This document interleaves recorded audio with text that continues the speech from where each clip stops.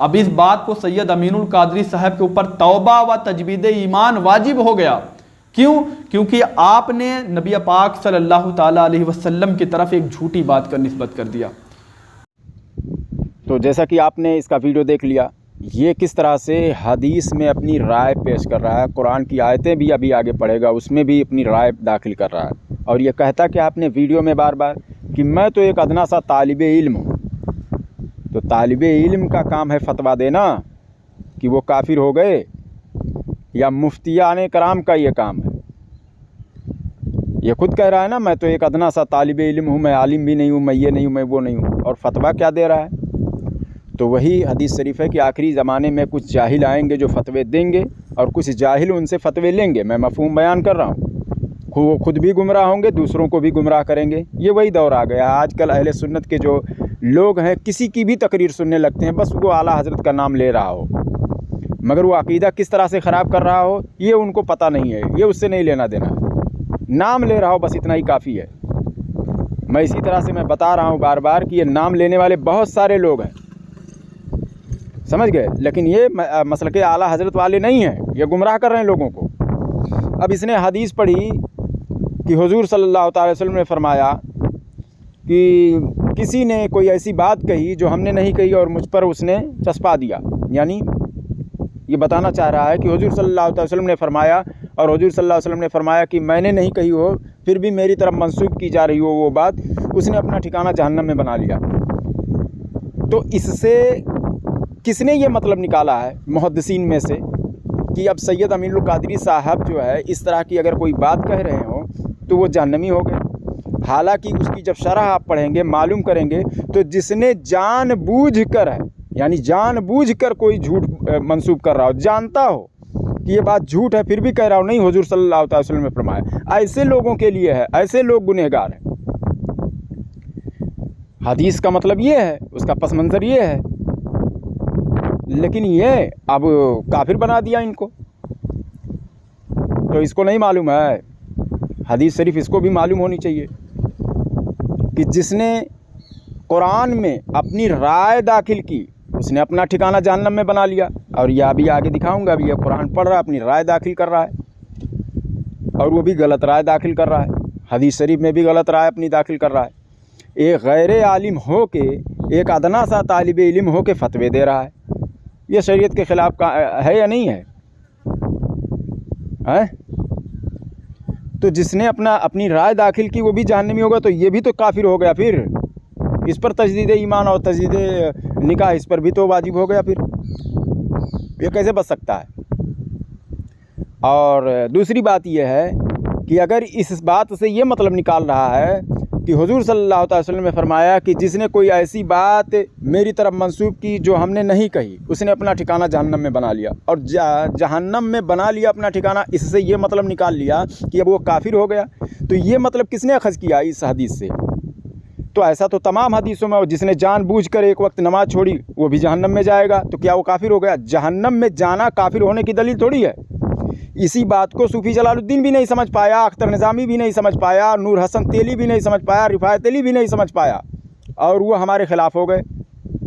جہنم میں جانا جو ہے کافر ہونے کی دلیل نہیں ہے. ہاں کافر جو ہے وہ جہنم میں رہے گا، جائے گا، لیکن تمام مسلمان بھی کلمہ پڑھنے والے جو گنہگار ہیں وہ لوگ بھی جہنم میں جائیں گے، مگر بعد میں نکال لیے جائیں گے. حضور صلی اللہ علیہ وسلم کرم کریں گے، نکال لیں گے. تو جہنم میں جانا کافر ہونے کی دلیل نہیں ہے. اس سے یہ مسئلہ اخذ کر کے سید امین القادری صاحب کو یہ تجدید ایمان کہہ رہا ہے، یعنی جہنم میں اپنا ٹھکانہ بنا لیے تو وہ کافر ہو گئے. تو میں اس جاہل کو میں مناظرے کا چیلنج کرتا ہوں کہ اس حدیث سے یہ مطلب کس نے بیان کیا، وہ دکھائے مجھے کتابوں سے.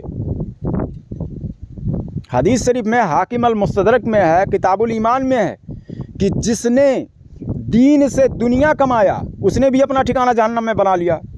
تو یہ دین سے دنیا تو بنا رہا ہے، کافر ہو گیا کیا تو اب تیری ہی فتوے کے حساب سے؟ حالانکہ ہمارے حساب سے تو ہے ہی ہے، اس میں کوئی دو رائے نہیں ہے. اور اس پر میں تجھے مناظرے کا چیلنج کر رہا ہوں، تو میرا فون نہیں اٹھا رہا. ہمارے ویڈیو کا جواب ویڈیو سے مت دینا، کیونکہ میرا فون نمبر ہمیشہ چالو رہتا ہے. کوئی بھی ہو دنیا کا، چاہے وہابی ہو، دیوبندی ہو، شیعہ، رافضی، قادیانی، جو بھی ہو، جس کو بھی شوق ہو، وہ میرے پاس اسکرین پر نمبر رہتا ہے. بل میں بیٹھ کر نہیں بولتا ہوں میں. اس میں اسکرین پر لکھا ہوا ہے فون لگانا اور پھر بات کر کے وہ ریکارڈنگ نیٹ پہ ڈالنا. تو یہ مطلب کس نے بیان کیا؟ یہ تو بیان ہی نہیں کیا, تو اپنے مرضی سے یہ سب کر رہا ہے. یہ بہت ساری باتیں ہیں, اس کا سارا ویڈیو میں کیا دکھاؤں. ابھی وہ آیت قرآن کی پڑھ رہا ہے, جس نے اس کا ویڈیو دیکھا ہوگا. وہ آیت جو ہے بدلے کے لیے ہے اور وہ قیامت کے لیے ہے. قیامت کے دن جب گنہگار جو ہے میدان محشر میں جائیں گے, اس میں ہے کہ کسی کا بوجھ کوئی دوسرا نہیں اٹھائے گا. یعنی گناہ کما کر کوئی لے کر آیا ہے تو اس کا بوجھ کوئی نہیں اٹھائے گا جب تک کہ اللہ تعالیٰ کسی کو اجازت نہ دے. یعنی اس کا گناہ جو ہے نیکیوں میں بدل جائے. جب اجازت دے گا تو ایسا ہو جائے گا. لیکن ایسا نہیں کہ کوئی بولے کہ تم گنہگار ہو, اپنے مرضی سے کوئی بھی جائے اور اس کا بوجھ اٹھا لے, یا بوجھ زبردستی کسی کے اوپر لاد دیا جائے کہ بھائی یہ لو تم ہمارا بوجھ تم لے کر چلو. ایسا نہیں, کوئی کسی کا بوجھ. یعنی میدان محشر کے تعلق سے وہ باتیں کہی جا رہی ہیں. اور یہ جو ہے کہہ رہا ہے کہ زنا جو قرض جو کہا گیا تو وہ بوجھ پر وہاں پر فٹ کر رہا ہے, قرآن پر قیاس کر رہا ہے. ارے یہاں بدلے کی بات ہو رہی ہے, یہاں بدلے کی بات ہو رہی ہے اور تو بوجھ والا جو آیت لا رہا ہے.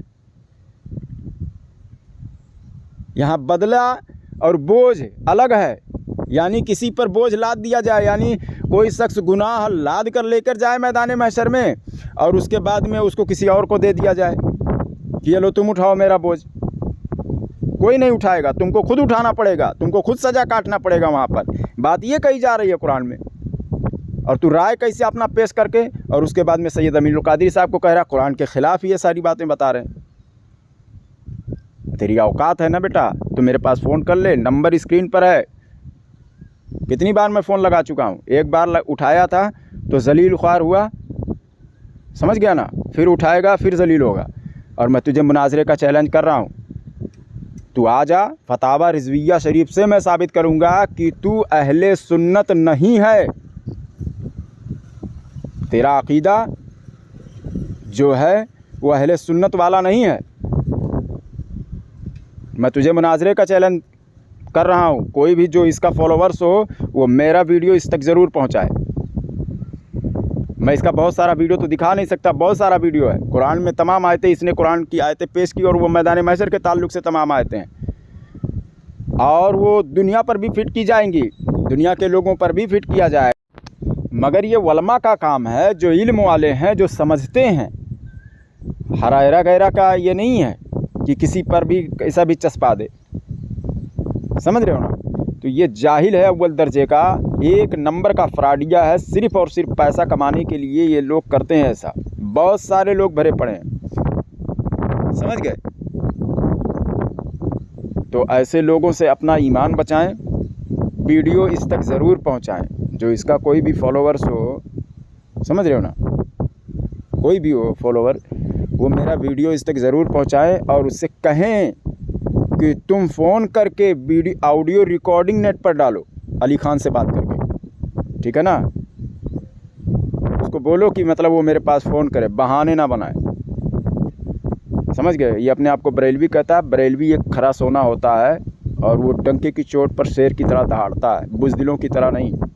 چاہے وہ اختر نظامی بزدل ہو, چاہے صوفی جلال الدین بزدل ہو, چاہے نور حسن ہو, یا رفایت علی ہو, یا اور کوئی آنڈو پانڈو ہو. ان کی اوقات نہیں ہے. صرف اور صرف عوام کو دھوکہ دیتے ہیں لوگ, بس باقی اور کچھ نہیں. مسلک اعلیٰ حضرت سے یہ بھی ہٹا رہا ہے لوگوں کو, وہ لوگ بھی ہٹا رہے ہیں. اپنی رائے یہ سارے لوگ داخل کرتے ہیں, اور رائے داخل کر کے جس کو چاہتے ہیں, ان کے مرضی کے حساب سے نہیں لگا, ان کے دماغ میں نہیں بیٹھا, وہ شخص کافر ہو جاتا ہے 2 منٹ میں. تو ایسے لوگوں سے اپنا ایمان بچائیں. ویڈیو کیسی لگی ماشاءاللہ سبحان اللہ ضرور بولیں اور لکھیں, شیئر ضرور کریں, سمجھ گئے. السلام علیکم ورحمۃ اللہ وبرکاتہ.